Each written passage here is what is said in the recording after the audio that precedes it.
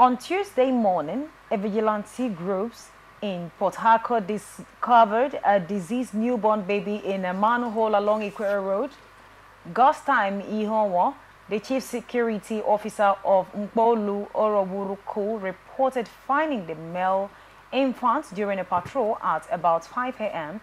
The incident was reported to the Nkpolu Police Division, and human rights activist Prince Ikwerre was contacted. The Center for Basic Rights Protection and Accountability campaign condemned the acts and urged residents to provide any information on the mother's identity. Police spokesperson Grace Rengikoko confirmed the investigation and stated that state environment officials will evacuate the baby's body. And joining me in this conversation this afternoon is a public affairs analyst. I'm talking about Mr. Welt Oduyemi. Good to have you. Good afternoon. It's a pleasure to be here today. Today is really a wonderful day, honestly. All right, looking at this story from River State, a mother actually delivered the baby and they went and dropped the baby in a manhole. How she went about it, we don't know. But what we have here is that security personnel saw the lifeless body in a manhole, and we know that there are motherless baby home. I've witnessed before where a woman came up to with an idea that she can't actually take care of her child, so it is better she drop her in the motherless baby home. And I remember she told us that she was asked never to come back. Because definitely someone will adopt the baby. Not when you see the baby tomorrow on the road, you will start raising alarm that this is my baby and all of those. So I'm wondering why the mother would not do that and then leaving the baby in a manhole. What do you think about mothers killing their children because maybe to avoid poverty or struggles or challenges, life and all of those? I think there are stories that is yet uncovered about that incident. For the baby to have actually been found, the remains of the baby to be found in that state tells us that it was an event that happened, and then the mother or the custodian of the baby may not apparently have a better way of ensuring that the remains are taken off the environment where they are. So very late, it could be a late night thing or very early hour thing. Of course, we've seen instances. You notice that in these parts, rivers and environs, you hardly find abandoned babies at dump sites or strategic corner where traffic tend to. Why? Because of there's a culture around here where those who are into baby factory and all that selling. So you probably may not. So for you to see this kind of something tells you that you just leave it for the police to investigate. Tells you that the baby probably must have passed on while managing the situation concerning the economic reality. A few weeks ago, we were having a conversation with the family, and the SMF Gold, a particular brand for babies, about very expensive. Very expensive, from 8,000 naira to 26,000 naira. So that's one thing. So you can imagine maybe you buy 2 in a month. Of course, people tend to improvise. Quite unfortunate, painful, avoidable, I want to say. Maybe also baby could also develop certain complications, and management sequence. As in some fora, they will say, just pray about this period that you don't come down with any ailment, because cost of management or ensuring solutions is sorted is quite expensive. Some could also mean that it's suicidal.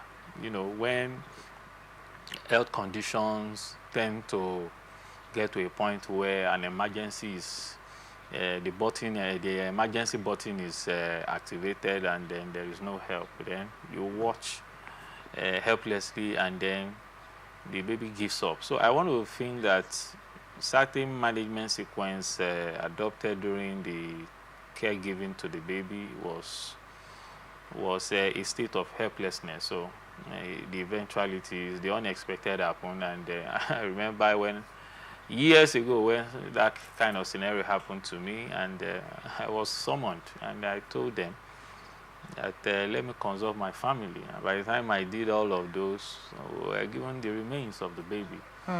Yes, so we just have to now look out for a way to bury the remains of the baby. So for some persons who probably don't have that luxury, one way that could probably flee to their hearts is such. But again, should there be or is there an organization? Yes, we know that the number of children raised by single parenting these days is gradually increasing, and most times I saw a picture, I think it's a video online, where someone said, I wanted to use pregnancy and hold a man down, but unfortunately I became a single mother. So I be a baby mom, I think that's the word that she used. Is there an organization that actually watch out for these people? Because most of them, they might end up giving birth, and then, like you said, that something is a culture that is going around here where people are into selling and all of those.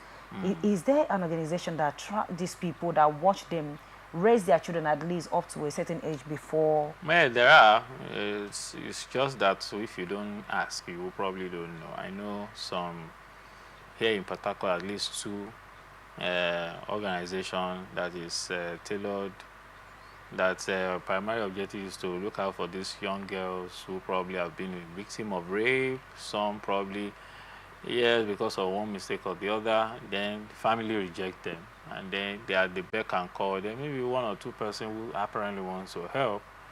Then, so, because of that culture, it makes it a bit skeptical for young girls who probably find their way, find ourselves in that state. If we are to be in some spaces, we probably want to do abortion. And when you begin to cost implication for, applying for abortion, you begin to see it's life-threatening. Some couldn't really properly. Oftentimes, I know it is poorly managed, and so this organization tend to go sensitize both the victim and then the family to ensuring that they manage that phase of life, and then helping the family to transcend from such state of shock, considering parents who inadvertently are unaware of some of their disposition in child upbringing that could lead or expose their ward or their daughter to being taken advantage of. And then when you now find yourself that, what you so fear that shouldn't happen now happen, what do we do? What are the processes? Because it could also, depending on the management sequence, it could also be a state of parents or guardian being traumatized, then the victim also traumatized. Then we will manage them, we will help them transcend through that phase, so that the girl can go back to school or go back to a normal life, and then the baby will not suffer. Then the family will also give support.